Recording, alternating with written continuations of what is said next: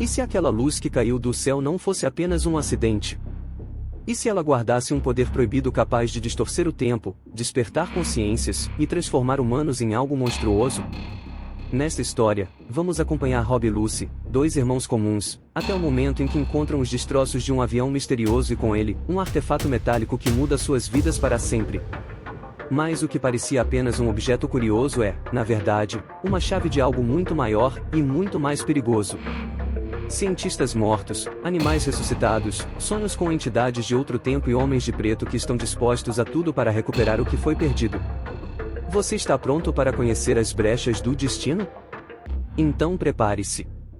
A contagem regressiva já começou.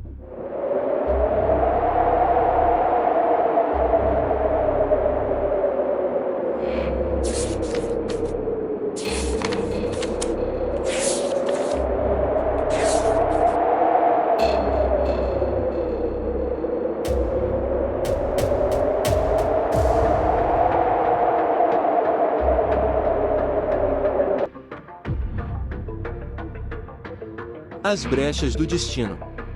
Gabriel Dumir. A doutora Alice Rosalin conferiu os dados do monitor sem acreditar. Ela não esperava chegar tão longe quando receberá o convite para liderar a pesquisa sobre propriedades esquizoides na física quântica. Entretanto, analisando os acontecimentos em perspectiva, tudo a havia guiado até aquele momento. Os melhores cientistas e equipamentos do Laboratório de Física Quântica da Universidade Estadual de Iowa testificavam as grandes descobertas que estavam realizando. Além disso, o patrocínio do governo trouxera muitas facilidades. Um dos potenciais do projeto era a obtenção de energia barata e virtualmente infinita, algo extremamente desejável em uma sociedade à beira do colapso. O mundo estava resistindo além das mais otimistas previsões.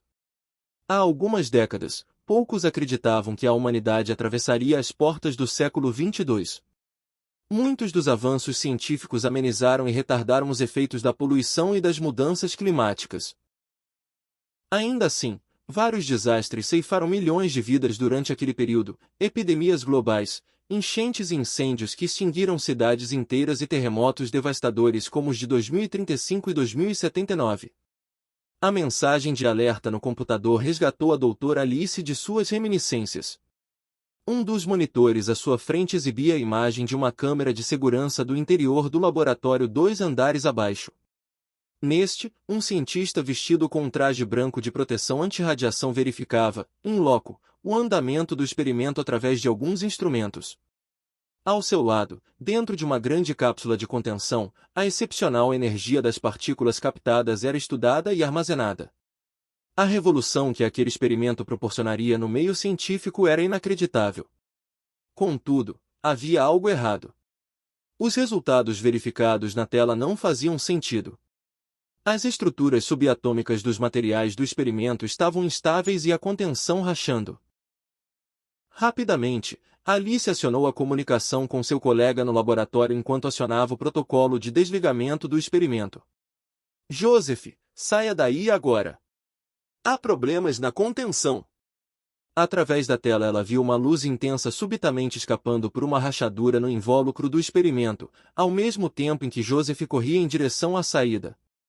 Alice piscou desconcertada diante do brilho fulgurante. A sala vibrou como se atingida por um abalo sísmico. Joseph! Joseph! Onde você está?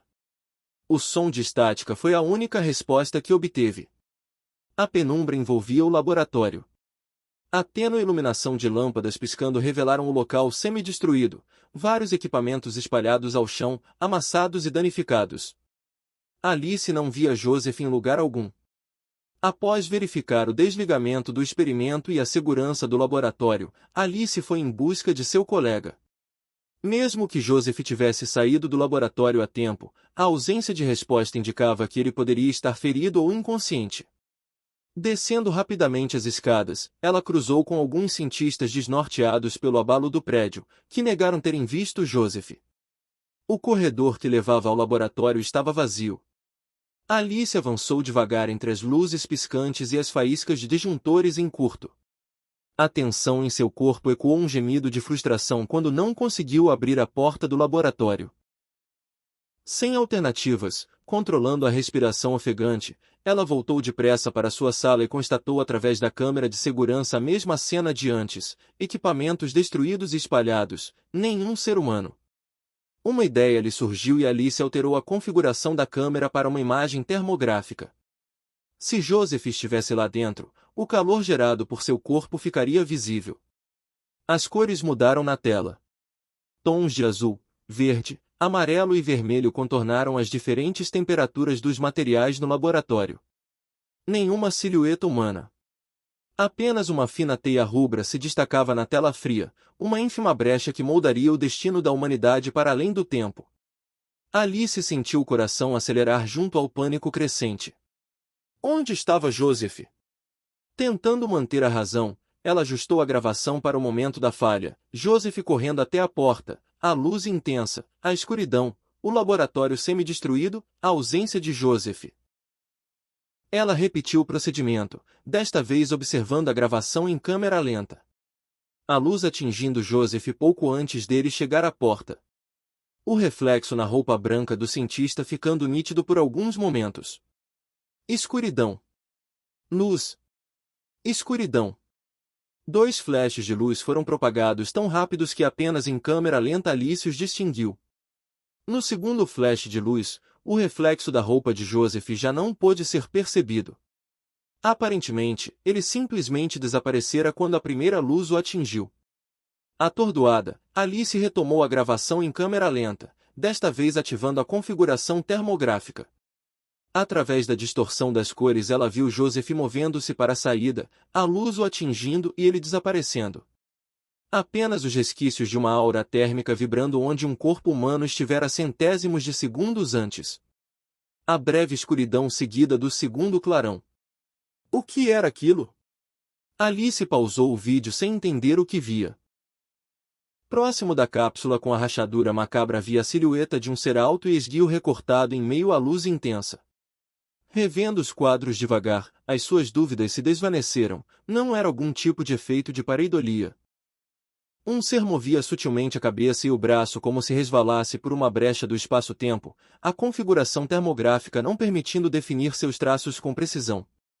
8 anos depois. Apesar da urbanização constante por todo o planeta, a pequena cidade de Galena, em Illinois, manteve seu clima interiorano com muitas áreas verdes. Um dos responsáveis pela preservação da natureza da região, o tradicional Hotel Pine Hollow, manteve em seu entorno centenas de metros quadrados de belas florestas e áreas de camping.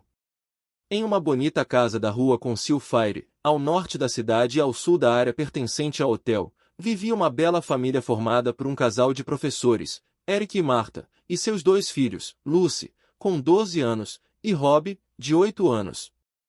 Os irmãos eram curiosos e repletos de energia, adorando explorar a floresta próxima da casa. Lucy, com sua personalidade mais racional, entendia a sorte que possuíam de viver naquela região, um remanescente da natureza em um mundo coberto por concreto e arranha-céus. Por sua vez, Rob era mais emoção e adorava a irmã, a seguindo por toda a parte. Perante a natureza, ele gostava muito dos animais, especialmente de um esquilo que se acostumara à presença das crianças e se aproximava para pegar os petiscos que lhes ofertavam regularmente. Certa noite, quando a família fazia o seu jantar e os olhos de Rob já pesavam de sono, eles ouviram um estranho som. Eric foi o primeiro a ir até a janela verificar. É um pequeno avião, disse ele intrigado olhando para o céu. Parece que está com problemas. Tem fumaça. Um clarão repentino penetrou o aposento seguido por um estrondo que fez o lustre da sala vibrar. Temerosos, Martha e os filhos se juntaram a Eric na janela para contemplar o terrível espetáculo.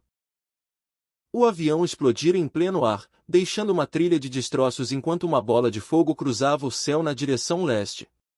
Apesar do susto e da preocupação imanente à tragédia próxima, os destroços se espalharam longe o suficiente para tranquilizar a família quanto à sua segurança. Na manhã seguinte, todos os noticiários locais traziam informações sobre a queda do avião. Os passageiros eram cientistas, da Universidade Estadual de Iowa, que seguiam para um congresso em Washington, D.C. O motivo da tragédia ainda estava sendo averiguado, mas tudo indicava uma falha mecânica da aeronave. As identidades dos cientistas não haviam sido divulgadas oficialmente, entretanto, a renomada especialista em física quântica, doutora Alice Rosalin, estava cotada entre as vítimas. Pequenos fragmentos do avião se espalharam por toda a cidade sem riscos aos habitantes e a fuselagem principal, juntamente com as vítimas do acidente, caíram no Lago Galena, próximo ao mirante de Long Bay Point. Já estudei artigos da doutora Rosalin na faculdade, disse Marta entre a tristeza e a nostalgia enquanto servia suco de laranja para Rob. Só lembro da repercussão do acidente no laboratório em que ela trabalhava. Um cientista famoso morreu. Quanto tempo faz? Uns 10 anos? Inquiriu Eric, contemplando meditativo os filhos do outro lado da mesa enquanto tomava seu café. Houve muitas teorias da conspiração sobre esse acidente na época. Falaram até em máquinas do tempo e coisas do tipo. Eu quero viajar no tempo. A voz de Rob surpreendeu a todos, os fazendo rir. Quem sabe um dia, filho? Eric verificou o horário. No momento, eu é que preciso viajar no tempo. Estou atrasado para a reunião de departamento. O sábado estava bonito e Marta e as crianças não tinham compromissos naquele dia. Apenas 1 hora após o café da manhã, os irmãos já corriam entre as árvores próximas da casa, explorando seus lugares favoritos. Rob logo avistou a árvore onde morava o seu amigo Esquilo, o qual chamava carinhosamente de Little Jack. Seguindo seu ritual, o menino retirou do bolso do moletom um punhado de cereais e os colocou sobre uma pedra próxima da árvore. Segundos depois, o pequeno Esquilo já estufava as bochechas com o alimento ofertado. Rob e Lucy observaram satisfeitos enquanto ele levava os mantimentos para sua toca. Foi então que Lucy notou um reflexo vindo de alguns metros atrás da árvore. Os irmãos aproximaram-se do local e viram uma pequena área de vegetação queimada, ao centro, uma caixa prateada suja de terra e fuligem. Deve ser um pedaço do avião que explodiu. O olhar de Lucy era investigativo. Parece uma maleta.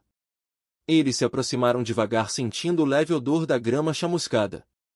Ao contornar o objeto, perceberam uma brecha de onde despontava um pequeno cilindro de metal, liso e sem marcações aparentes, pouco menor que uma lata de refrigerante.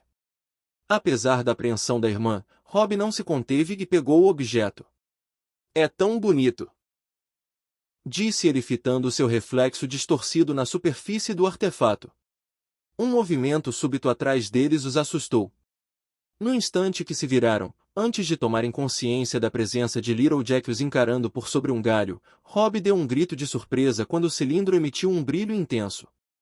Lucy, por reflexo, tocou o objeto na intenção de jogá-lo longe. Um feixe de luz foi emitido pelo artefato e uma onda de pressão ressoou em seus corpos e no ambiente ao redor. A sensação que sentiram foi a de serem pressionados e esticados simultaneamente em todas as direções. O ambiente tremulou de forma irreal, alguns galhos quebraram e uma breve chuva de folhas se precipitou sobre eles. O pequeno esquilo foi atingido pela onda e caiu imóvel. O que foi isso? Exceto o susto, tudo parecia em ordem. O estranho evento fora muito rápido. Little Jack! Rob correu até o esquilo inerte. Inconscientemente, colocou o cilindro no bolso e tomou o pequeno animal em suas delicadas mãos. A experiência bizarra ficava em segundo plano diante da perda do amigo. Lucy examinou o esquilo e, com os olhos marejados, constatou a sua morte. Preservando o silêncio inerente à tristeza que sentiam, os irmãos enterraram o seu pequeno amigo no solo fofo perto de sua moradia. Em seguida, retornaram para casa abraçados, com os rostos umedecidos e as mãos sujas de terra. Marta consolou os filhos o melhor que pôde. Nenhum deles mencionou o estranho objeto que encontraram. Posteriormente, Lucy racionalizou o ocorrido como algo a ser esquecido. O medo e a falta de compreensão organizavam seus pensamentos. Para ela, o cilindro se perderá na floresta, um local que passaria a evitar daquele dia em diante.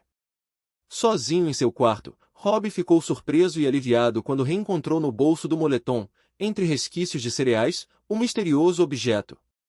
Entre o fascínio e a tristeza, ele o escondeu em meio às suas coisas. Naquela noite, os sonhos de Lucy viraram pesadelos. Figuras altas e cinzentas a perseguiam entre as árvores enquanto ela tentava encontrar Little Jack em meio à escuridão.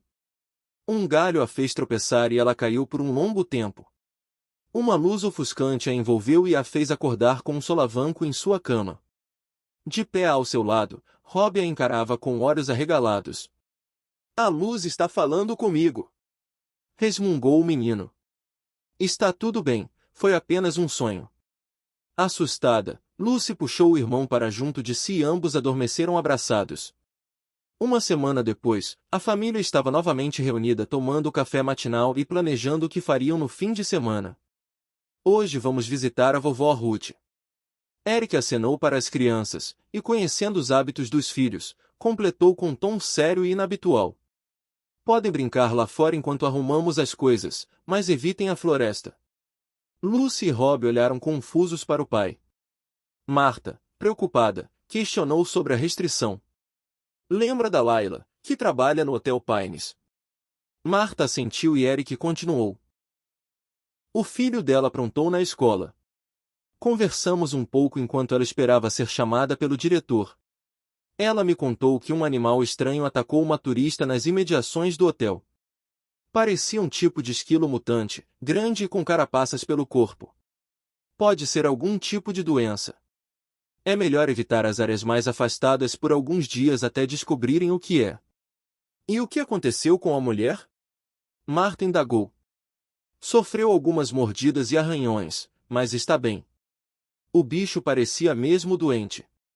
A Layla disse que a própria mulher o acertou com a bolsa e ele caiu agonizante, morrendo em seguida." Lucy e Rob escutavam tensos.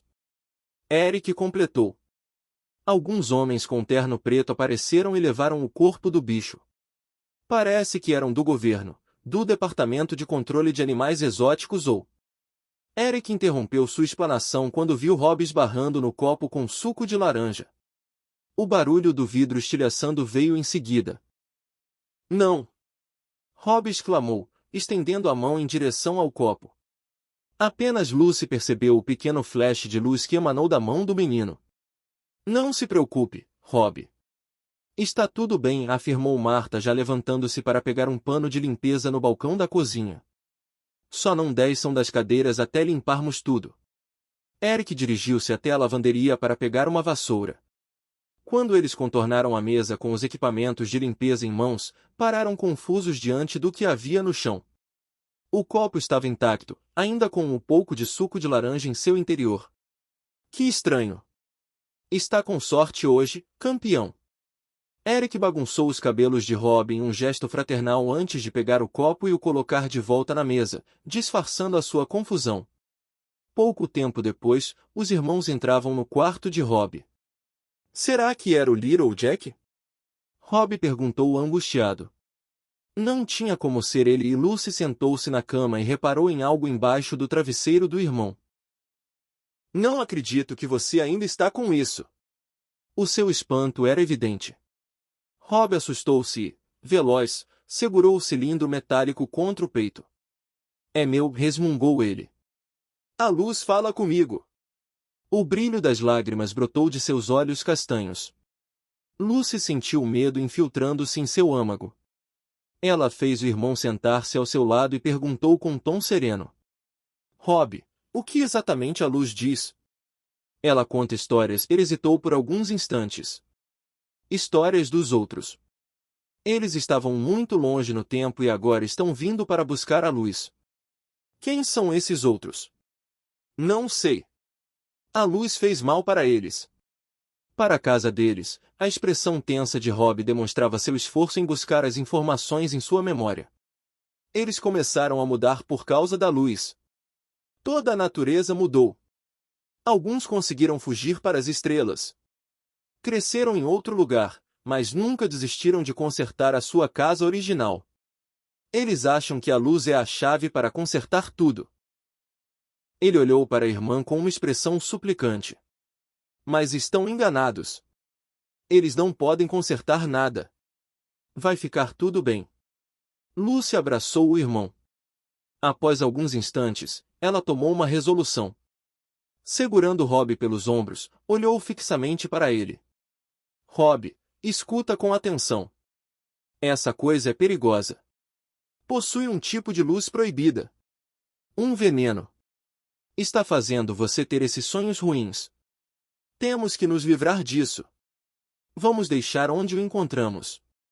Antes que a coragem lhe faltasse ou o irmão tivesse tempo de lhe contrariar, Lucy guiou Rob pela mão em direção à floresta, evitando serem vistos pelos pais. Com passos rápidos, logo chegaram ao local onde haviam enterrado o esquilo. O buraco estava aberto e o corpo do animal havia desaparecido. Ignorando o que aquilo poderia representar, eles seguiram para o outro lado da árvore onde um círculo de vegetação queimada ainda era distinguível. A maleta sumira. Lucy caminhou em volta da área pensando no que fazer, enquanto Rob permaneceu imóvel com o cilindro nas mãos. Não importa, Lucy se dirigiu ao irmão que olhava ao longe, em direção da casa. Me dê aqui. Vamos apenas deixar.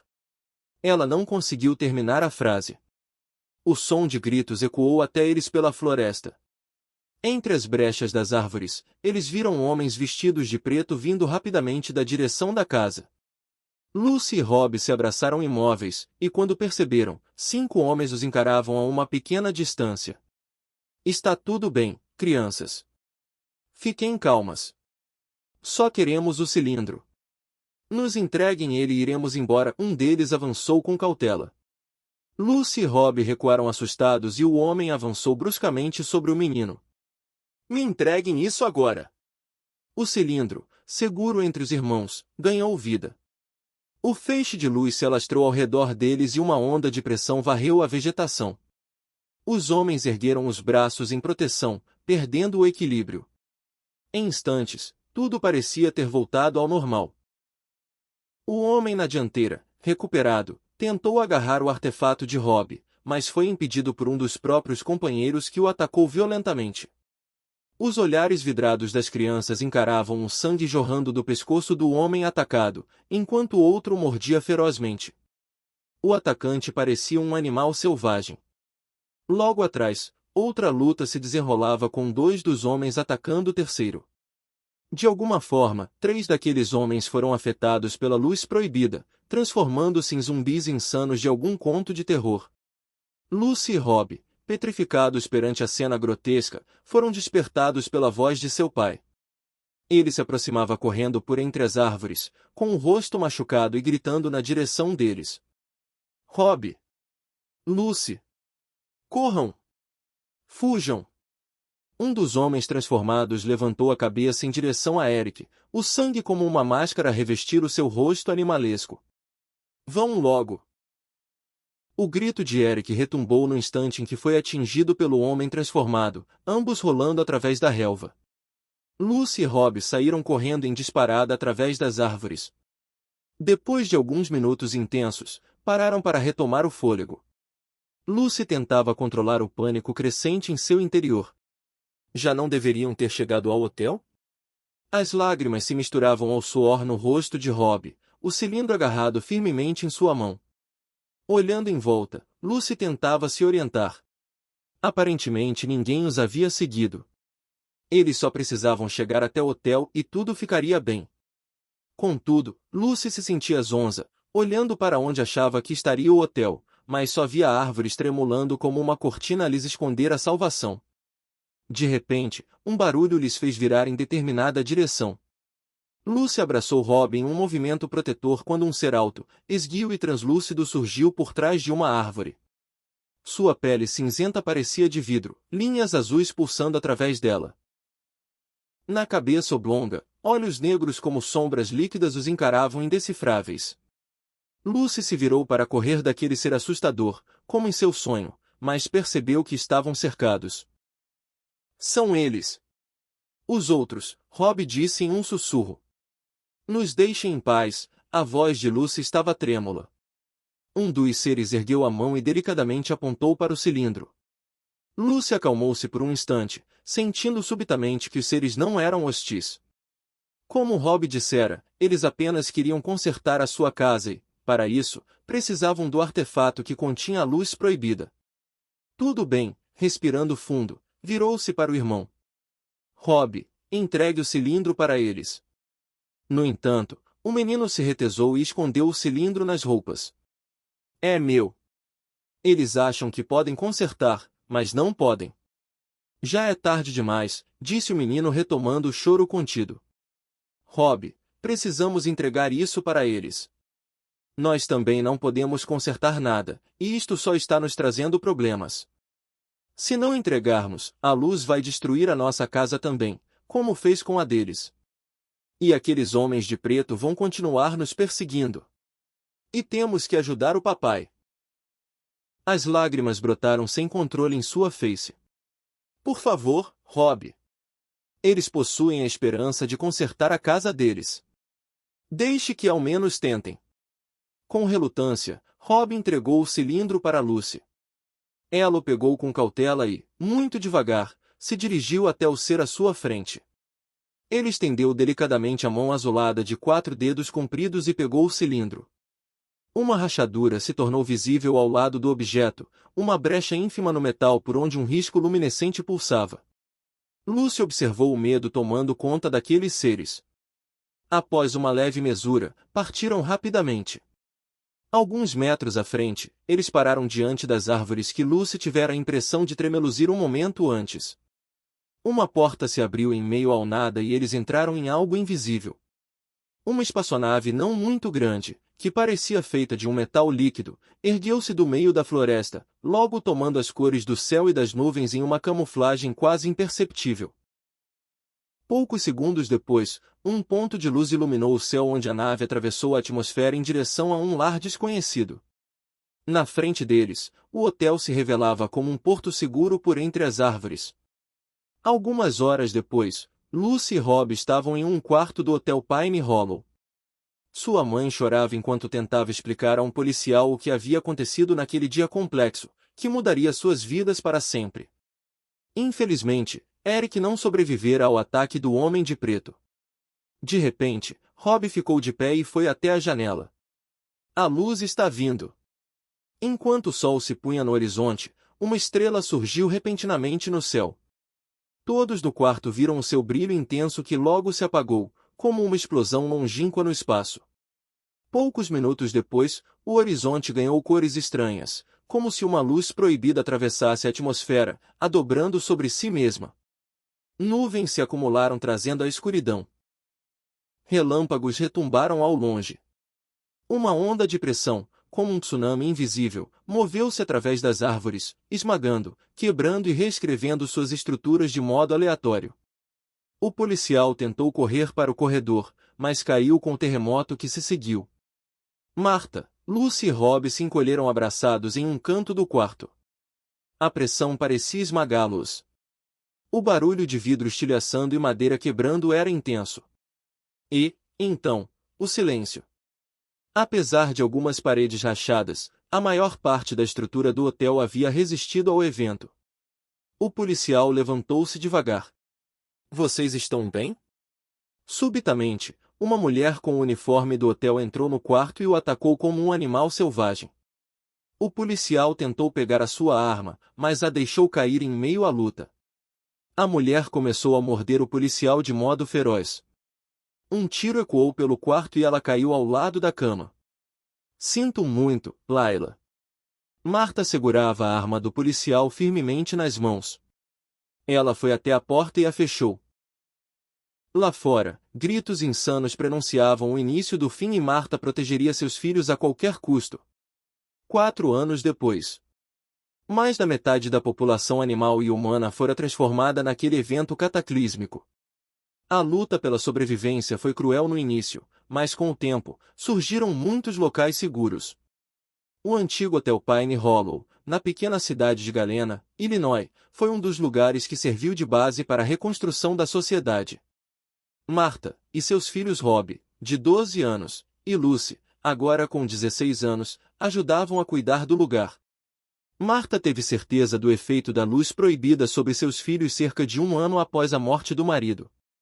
Rob, quando estava sob o estímulo certo, conseguia fazer pequenos momentos voltarem no tempo, como havia acontecido com o copo de suco de laranja naquele fatídico dia há 4 anos. Quanto a Lucy, Marta viu através de uma janela quando a menina de 13 anos foi atacada por um texugo transformado enquanto buscava lenha nos arredores do hotel. Ao se proteger, as mãos da filha brilharam enquanto segurava o animal, o qual caiu contorcendo-se em agonia. A aparência do animal parecia estar voltando ao normal e, após alguns instantes, ele saiu correndo em direção da floresta. Sem controle sobre os poderes aparentes, Marta e os filhos combinaram de deixá-los em segredo.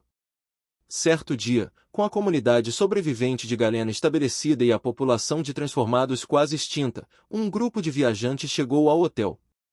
Eles se apresentaram como exploradores e pesquisadores, estudiosos que procuravam entender o que acontecerá ao mundo. Bem recebidos por Marta, uma das líderes da comunidade, eles conversaram inicialmente sobre as suas aventuras sobrevivendo ao apocalipse.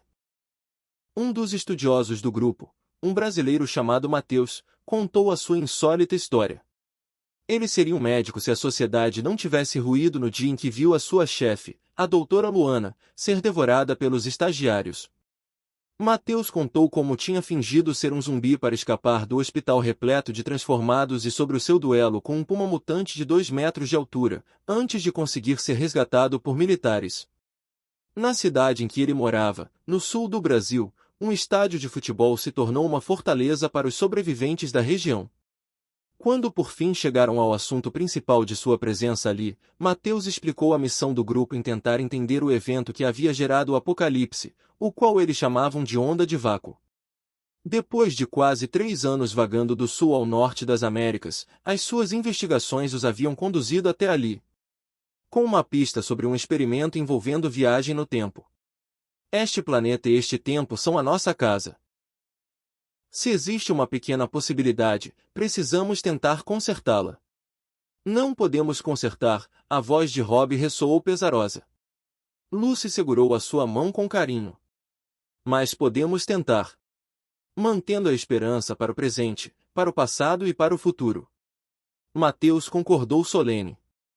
Trocando olhares com os filhos, Marta, então, perguntou. Já ouviram falar de uma cientista chamada Alice Rosalim?